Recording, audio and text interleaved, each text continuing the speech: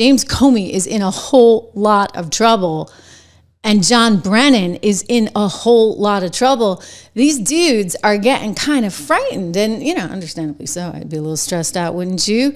Under the circumstances, you got the FBI launching criminal investigations into none other than John Brennan, the former head of the CIA under one Barack Obama, along with James Comey, former head of the FBI.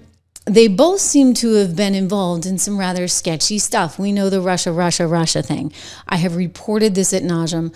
I don't know how much you know. I would encourage you, I don't know if you're new to the show and maybe you're just getting up to speed on this stuff, but quick synopsis, they basically took some opposition research from the Hillary Clinton campaign that was bought and paid for by the Hillary Clinton law firm that subcontracted it out to a company called Fusion GPS that subcontracted it out to a guy named Christopher Steele, who also subcontracted it out to a guy who was on the FBI payroll at one point that yet we suspected of being a Russian spy. So go figure. A lot of subcontractors to try and sort of muddy the waters and not have a really easy paper trail to be able to find all this stuff. But it turns out it was opposition research bought and paid for by the Hillary Clinton campaign. And they took this and they used it like gospel in order to undermine the Trump administration in the first go-around. Oh, he's back. And he's back with a vengeance, as they say. And some people are getting really scared, including the former head of the CIA, John Brennan. I mean, if you ask me, this is like petrified talk. I want to play you this new clip.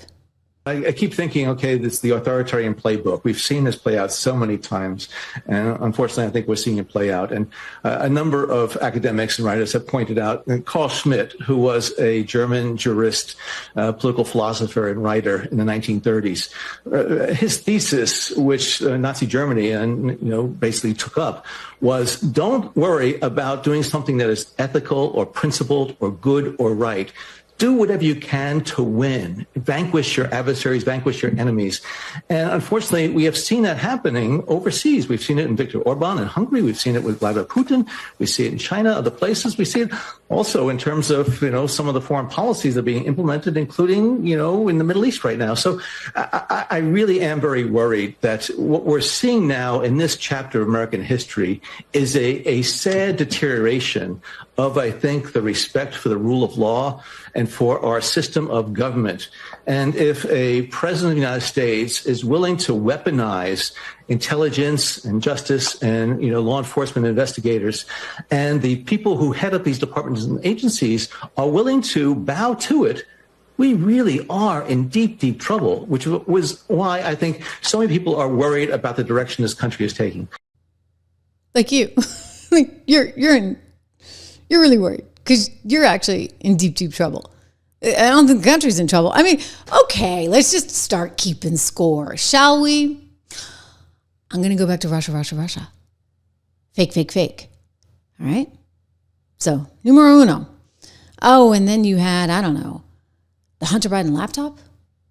The Hunter Biden laptop that was supposed to be bought and paid for by the Russians, fed to you courtesy of Rudy Giuliani and company. Oh, nope, turns out that was a whole big concoction as well, and Brennan was involved in that one, putting together the list of the 51 ex-spooks. Mike Morrell as well, deputy director of the FBI. Oh, and it turns out our former Secretary of State, who was then Biden's sidekick, hoping he would get elected president, he's the one that had the idea, and he conspired Tony Blinken with Director Morrell, along with Brennan, to put this list of 51 ex-spooks and hacks together to mislead you and to shut down the Twitter account, the Facebook account, anybody's account that would dare to challenge them. Oh, we haven't even gotten into March 2020. I lived and breathed that one myself, guys. Yeah. Like they had a version of the truth that they wanted to promote. And how dare you if you say anything else? And so now, when the chickens come home to roost and people are saying, okay, well, maybe this is actually criminal what they did. I mean, it was, in my estimation. If these allegations turn out to be true, boom, they need to pay the price. I'm sorry, this is disgusting, despicable. At the time I knew it, and it's been like one thing after another. Oh, no.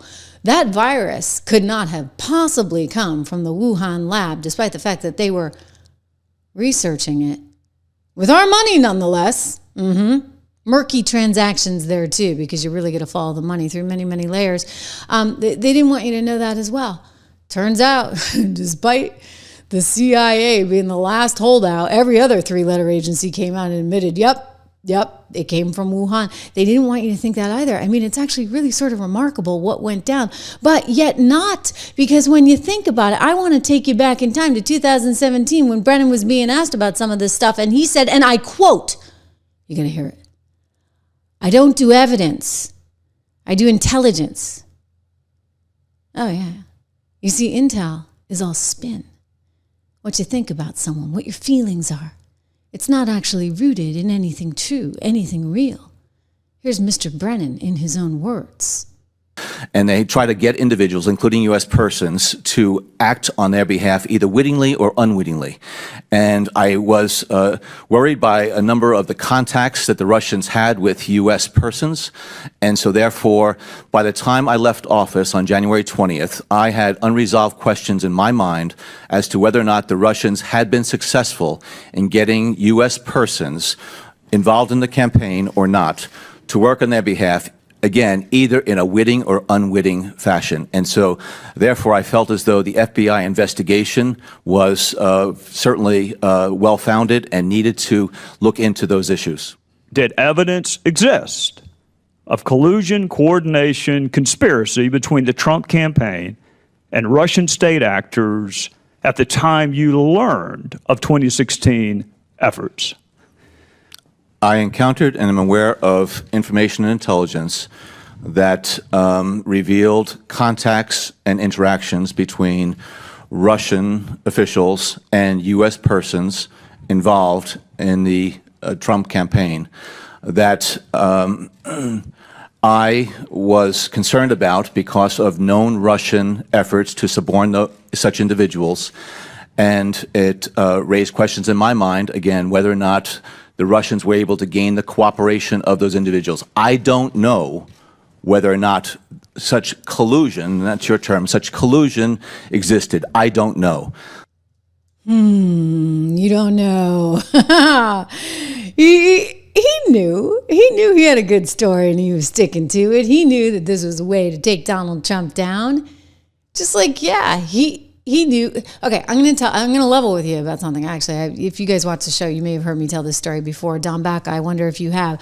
Back in February 2020, I have a lot of sources, and I still have a lot of sources within the so-called deep state. I had heard as far back as February 2020 that the virus originated in Wuhan, China, and I heard this on very good intel.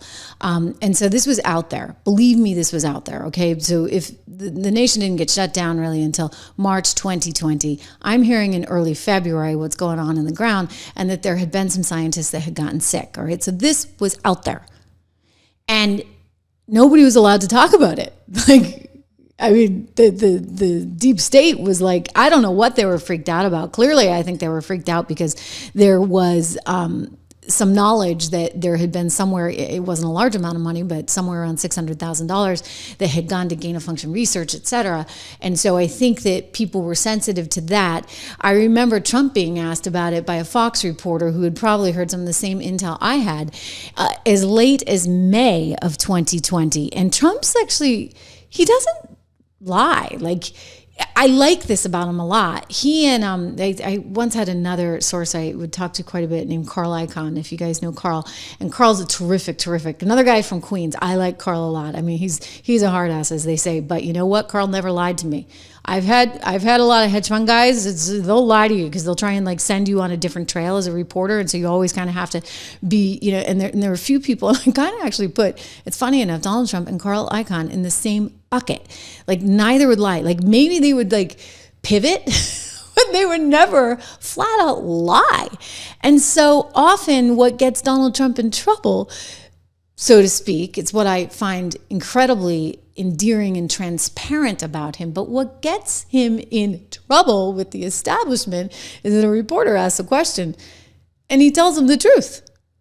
Oh, imagine that, somebody telling the truth. And so the Fox reporter asked back in May 2020, hey, have you seen any intel that this might have come from the Wuhan lab? And he's like, yeah, I've seen that intel.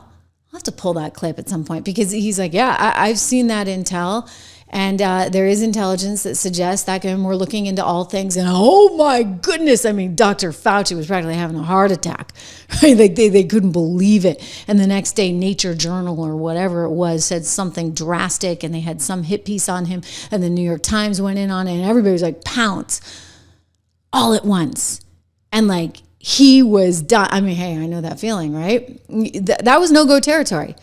Somehow, I don't have a problem with the no-go territories. Neither does he. And I think in this new media world where we are much more transparent and there's less of the corporation breathing down your back, we're afforded this opportunity to go and be transparent. Thank you, guys, for all of that. And thank you to the voters in America, because Donald Trump was able to go direct to the people. And it's a very different kind of thing. But Brennan didn't like that. And Comey didn't like that. And now they really don't like that there's this criminal investigation. Comey's like, oh, well, it was going to happen. It was going to happen. Remember, him on MSNBC? While Biden was still running. This was right before Kamala came in. They got desperate and did the Kamala thing. Poor Joe. But, we got to get to Joe's doctor, because gosh darn almighty, Joe's doctor won't even give you any information whatsoever. That's coming up. But first, remember what Comey said? When you think about a second Trump administration, what do you think the implications would be for the FBI? Oh, serious, for the Justice Department and the FBI, because Trump is coming for those institutions. He knows their power, and I think he has regrets that he didn't work hard enough to corrupt them last time. So he's coming for them, and that's a danger for all Americans. He's going to put people in positions in those organizations.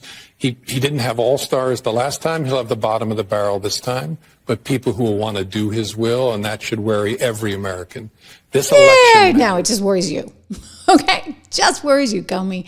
And now you're in for it. So criminal investigation is underway. We'll see what comes up with those guys. I want to get to Joe Biden's doctor, because you should see this. It's kind of important. But before we do, what do I have to do? I have to change my lower third again. By the way, thanks guys for catching the Roman numerals yesterday. That was a dyslexic moment on my part. I'm actually not dyslexic, and sorry to anybody who is, but I don't know how I got my X's and B's all mixed up in the Roman numerals. We were talking about Title IX. Anyway, Bitcoin hitting $113,000 a coin. It's like crazy. You saw NVIDIA going above $4 trillion. I mean, it's just amazing in market cap value. I'm telling you, this is what you call winning. And I'm just checking the market numbers as we get ready here to close out the day on Wall Street. Yet again, I'm just blown away. There is so much optimism about crypto.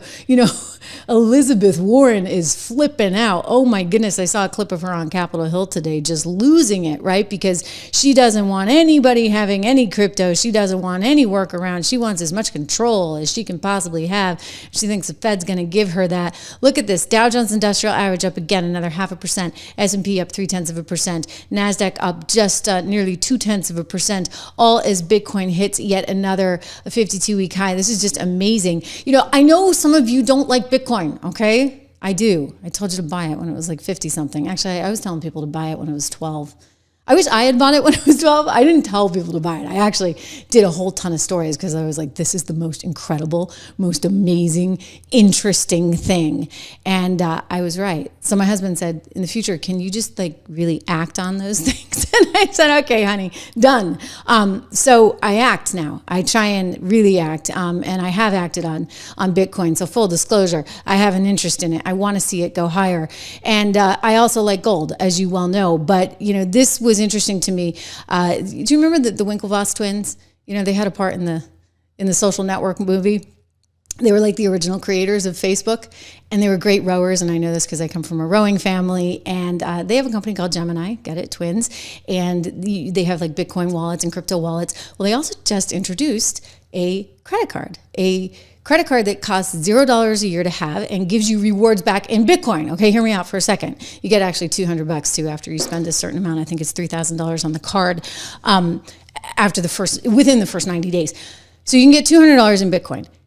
And I think this is worth it, only because it costs $0. Now, pay your credit card on time. Don't ever not. I'm sort of OCD about it. I see something, boom, I pay it before it's even due, because I never want to pay that rate. That's when you get into trouble. But if you get the credit card and then you get the crypto, and all your rewards are in crypto, it's sort of like why not? Like maybe you're nervous about crypto and you're like, I don't know how to invest in this. I don't think I really want to put any money into it. Well, why not just get the rewards? That's sort of my thinking on this. This is what I told my parents. This is what I told, my aunt and uncle who are older and all that good stuff, right? You guys need this. You need exposure to it. So maybe do it in kind of a simple way. And so this is a $0 card. Like most cards, they charge you a couple $100. In the case of Amex, I think it just went up to $6.95. Anyway, you get points on those cards. This one, you get Bitcoin. So go check it out and go to Gemini.com. Gemini, remember twins, the Winklevoss twins, the rowers, /Trish. So you can get that offer. I'm actually going to put it in the notes. So if you guys are watching live, check it out. I mean, it's worth doing. Gemini, I have to make sure I can spell and talk and type all at the same time. That's talent. So we welcome them aboard. They're a new sponsor here on the Trish Regan Show, which is great because our interests are very much obviously aligned. Again, I'm a big crypto supporter. And you don't just have to get Bitcoin. You can get like any crypto. They have a zillion different cryptos there that you can get. Go check it out. Also, you need you to check out my own company, 76 Research, where we told you to buy this stuff. And by the way, we told you to buy a whole bunch of other stuff and you would have done great if you had done it. So I hope you did. I'm giving it to you guys for $1 a month. Okay, $1 a month. Like I'm making you pay $1 just because you have to pay something, okay? But I was like, we need this as cheap as we can do it. I said to my colleague Rob, and it's cheap. So it's $1 a month, first 2 months, then it goes to $9.95. You can also buy the portfolios if you're interested in that. Take a look at some of these. I mean, just amazing numbers. Tech pick up 57%, energy up 53%, materials pick up 73%, energy up 55%. It goes on and on and on. So lots of good stuff there. Just make sure you go to 76research.com and use my code word $.